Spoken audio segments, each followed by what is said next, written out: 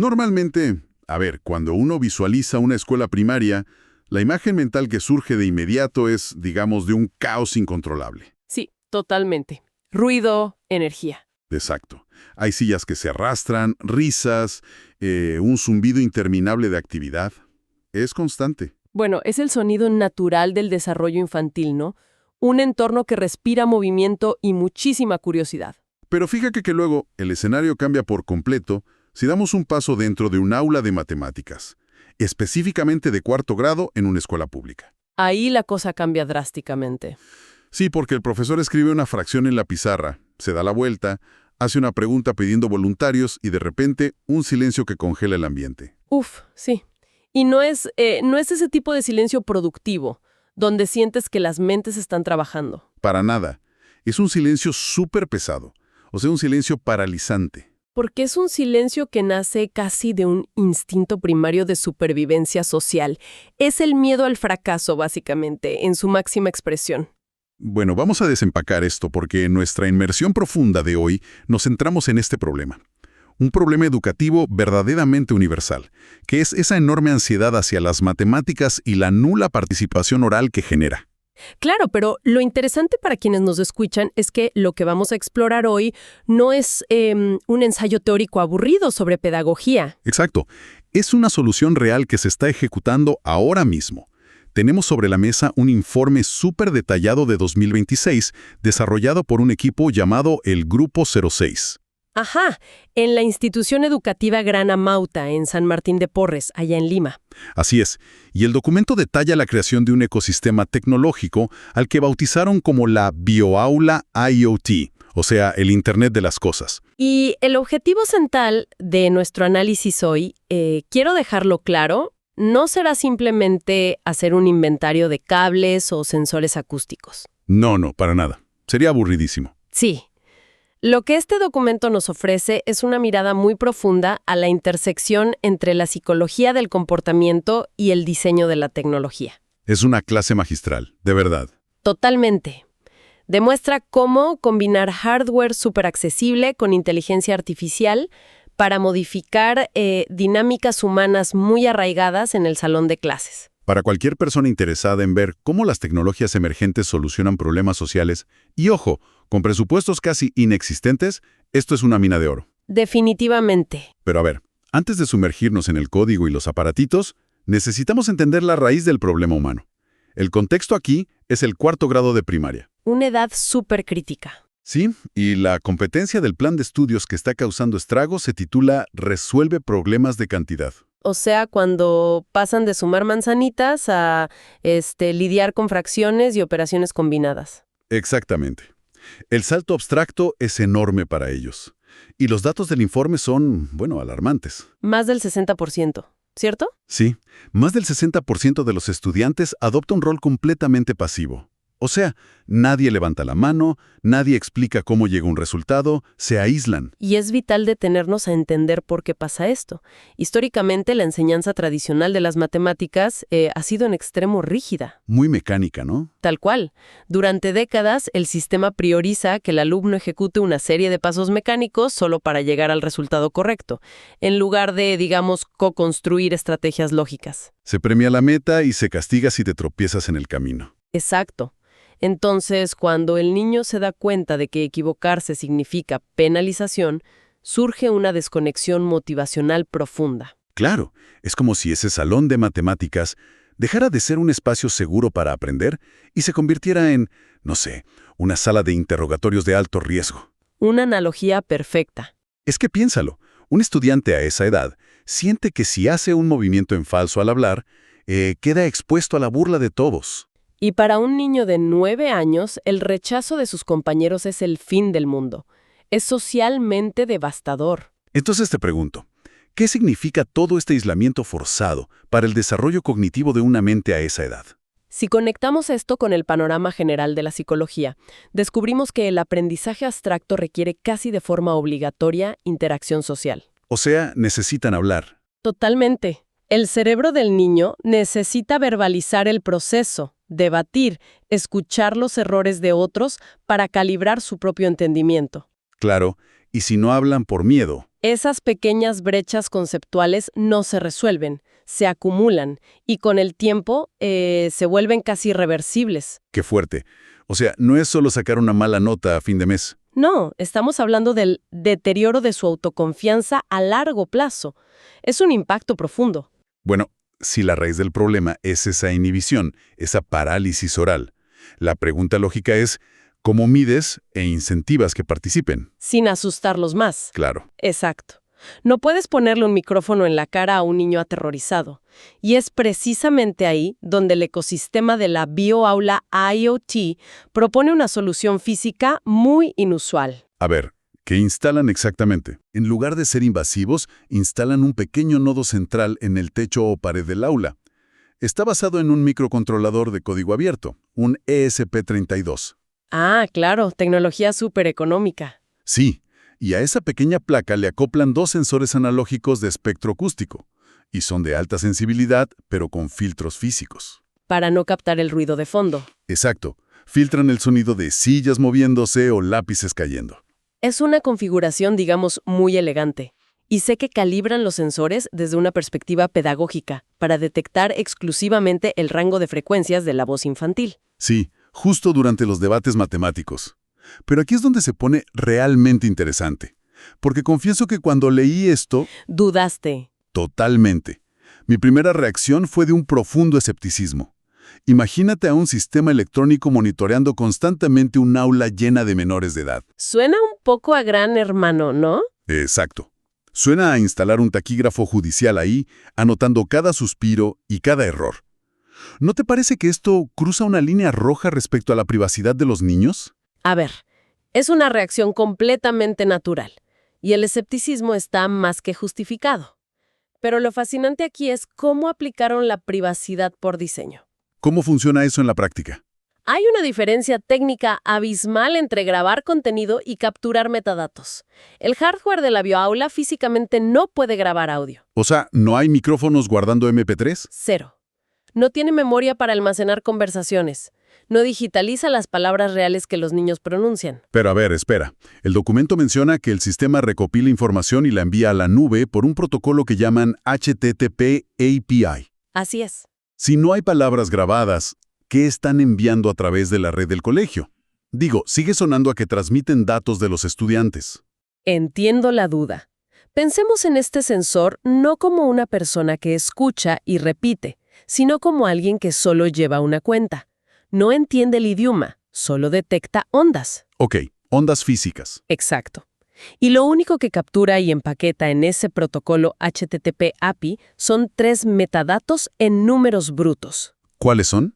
La duración de la intervención en segundos, el volumen en decibeles y la frecuencia del timbre acústico. Ah, El API es solo el lenguaje que usa el sensor para susurrarle al servidor, digamos. Oye, hubo una onda sonora con estas características por 15 segundos. 0 palabras. wow. Esa aclaración lo cambia todo. Básicamente no es espionaje, es un cronómetro acústico muy sofisticado. Datos conductuales completamente anonimizados. Claro, pero esa arquitectura solo resuelve la parte física, la de capturar la data. Y seamos honestos, una montaña de números en un servidor no va a motivar a un niño de 9 años. ¡Para nada! Falta la otra mitad de la ecuación. Exacto. ¿Cómo traducen esos datos brutos en un cambio de comportamiento real? Y ahí es donde entra algo que el informe llama el algoritmo de la empatía. Me encanta ese nombre. Y sí, esos metadatos alimentan un modelo ligero de inteligencia artificial, de machine learning.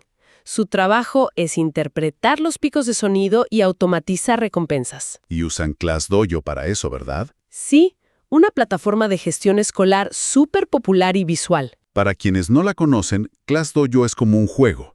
Cada estudiante tiene un avatar, tipo un monstruito amigable, y ganan puntos por comportamientos positivos. Exactamente. Entonces, cuando la IA reconoce por la voz que un niño está participando, dispara automáticamente un webhook. Que es como un mensajero invisible, ¿no? Tal cual. Ocurre el evento en el sensor y el webhook le avisa a ClassDojo de inmediato. O sea que el avatar del estudiante recibe sus puntos por razonamiento matemático en la pantalla casi en tiempo real. Y lo más importante, sin que el maestro tenga que desviar la mirada, sacar el celular y anotar los puntos manualmente. Eso es una genialidad, porque cualquier profesor te dirá que detener la clase para anotar puntajes rompe por completo el ritmo. Sí, y al automatizarlo con el Internet de las cosas, el refuerzo positivo es inmediato. Psicológicamente, eso es exponencialmente más poderoso para crear un hábito que felicitar al niño horas después. Hagan la desconexión motivacional en el acto. Pero hay una segunda función en este algoritmo que me voló la cabeza. No solo premia a los que hablan. Ah, ¿la alerta preventiva? Sí, cuida a los que se quedan callados. Si la IA detecta que un estudiante lleva 3 clases de matemáticas seguidas sin abrir la boca, Le envía una notificación silenciosa al panel del docente. exacto, avisando que ese alumno está en riesgo de bloqueo conductual. Yo lo veo como tener a un entrenador asistente súper empático en un equipo de fútbol. A ver, explícame esa analogía. Claro, imagina un asistente que no mira el partido, sino que se queda mirando la banca de suplentes. Y va y le susurra al entrenador principal. Oye, ese jugador lleva 3 partidos sin salir a la cancha. Se está desanimando. Es que es tal cual. Es un asistente enfocado en el factor humano. Y lo brillante es el cambio de paradigma para el educador, porque la educación suele ser lamentablemente reactiva. Sí, el maestro se da cuenta del problema cuando ve el examen reprobado a fin de mes. Exacto. Y para cuando llegue esa mala nota, el muro emocional del niño ya es altísimo. Pero esta alerta de metadatos acústicos hace que la enseñanza sea proactiva. El profesor puede acercarse en esa tercera clase y darle apoyo personalizado antes de que el silencio se vuelva un fracaso. Es tecnología operando como un puente para la empatía humana, literalmente. Ahora, tenemos que hablar del elefante en la habitación. Siempre que se habla de inteligencia artificial y sensores en escuelas públicas, la gente piensa en presupuestos millonarios. Pizarras inteligentes, servidores carísimos. Sí, licencias de software que asfixian a cualquier escuela de Latinoamérica. Pero la viabilidad económica de este proyecto en el Gran Amauta desafía esa lógica por completo. Es que demuestra que la barrera real no siempre es el dinero, sino el conocimiento técnico aplicado, ¿no? El presupuesto para transformar un aula tradicional en una bioaula es asombrosamente bajo. El informe habla de unos 460 soles por aula. O sea, estamos hablando de poco más de $120. Es impactante. Es mucho menos de lo que cuesta un teléfono de gama baja hoy en día. Sí, ¿y cómo logran ese costo? Porque no es magia. Es la elección de componentes, como decíamos, hardware de código abierto. El microcontrolador ESP32 cuesta lo mismo que un par de almuerzos. ¡Wow! Los sensores son genéricos, le suman un router 4G básico y usan la versión gratuita de ClassDojo. Básicamente están ensamblando piezas baratísimas, con código eficiente para emular sistemas de miles de dólares. Un modelo súper escalable. Pero fíjate que los creadores también pensaron en otro problema clásico de las escuelas públicas. ¿El Internet? Sí, la inestabilidad de la conexión. Claro, porque el temor es que, si se cae el Wi-Fi de la escuela, tu supersistema acústico se convierte en un adorno caro en la pared. Exactamente. Por eso implementaron algo que en ingeniería se llama Edge Computing, o sea, computación en el borde. ¿Y eso en términos simples qué es? Significa que la placa central del aula tiene memoria propia y funciona de manera autónoma. Si se corta el Internet, no se apaga. Procesa los datos localmente y guarda los puntos temporalmente. O sea, sigue funcionando como un cerebro local. Así es. Y en el instante en que vuelve la red, sube toda la información empaquetada a ClassDojo de golpe. ¡Qué maravilla! Así, ningún niño se queda sin sus puntos porque el proveedor de Internet falló. Una red realmente resiliente. Totalmente. Pero hay otro reto enorme aquí. Sí, el factor humano. Exacto. Puedes tener el hardware más barato y a prueba de fallos, pero ¿cómo convences a los profesores que ya están estresados y a los padres que desconfían de tanta pantalla? Claro, entregarles cajas con cables no cambia la cultura de una escuela por arte de magia. Esto plantea una pregunta súper importante sobre el despliegue tecnológico, y la estrategia del Grupo 06 fue brillantísima. ¿Qué hicieron? Porque pedirles a los papás que bajen otra app exclusiva del colegio suele ser un desastre. Exacto, terminan abandonándola. Su momento de genialidad fue decidir colgarse de lo que las familias ya usan instintivamente todo el día: WhatsApp.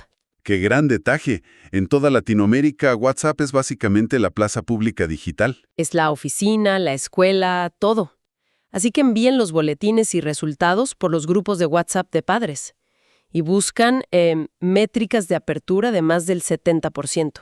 Claro, no les pides que cambien de hábito, les llevas la información a donde ya están mirando. Y para las familias afectadas por la brecha digital, digamos, los que no tienen smartphones o planes de datos, el sistema de ClassDojo manda resúmenes semanales por SMS tradicionales. Me encanta.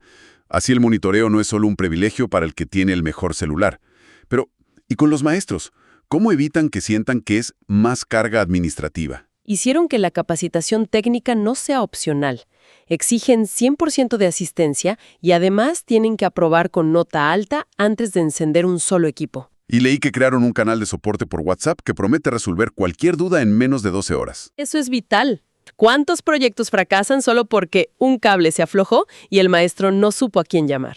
Demasiados. Y bueno, todo este esfuerzo se resume en un objetivo que me parece increíble.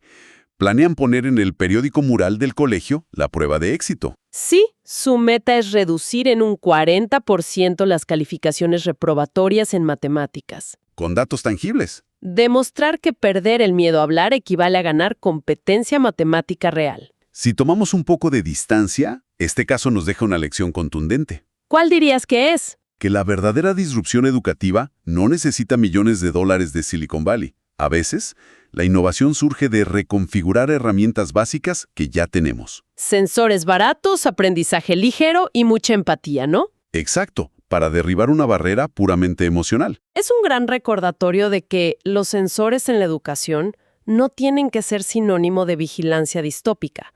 Diseñada con ética, la tecnología es un puente invisible. Totalmente. Le da al docente la visibilidad para ayudar al alumno vulnerable a tiempo. La mejor tecnología siempre desaparece en el fondo cuando cumple su función. Así es. Pero, a ver, me quedo pensando en algo. Un pensamiento final bastante provocativo. ¿Sobre qué? Sobre los límites técnicos para proteger la privacidad. Dijimos que el sistema solo mide metadatos, duración, volumen y frecuencia, ¿verdad? Sí, 0 palabras reales. Conociendo lo astutos que son los niños de 4º grado para encontrarle atajos a cualquier juego o sistema de puntos, Uy, sí, son unos genios para eso. ¿cuánto tiempo crees que pase antes de que descubran cómo hackear este algoritmo? A ver, ¿cómo lo harían? Ya veo a dónde vas. ¿Qué le impide empezar a hablar con un volumen excelente y durante 30 segundos sobre el último nivel de su videojuego favorito? ¡Claro! O sea, logrando que su avatar gane puntos de razonamiento matemático por un discurso que no tiene nada, pero nada que ver con fracciones. Es una fisura interesantísima y nos recuerda que los datos acústicos tienen un límite claro. Ningún sensor, por avanzado que sea, va a poder reemplazar el criterio de un maestro humano que sabe distinguir entre el ruido y el verdadero aprendizaje. Exactamente. Ahí es donde siempre entra el factor humano.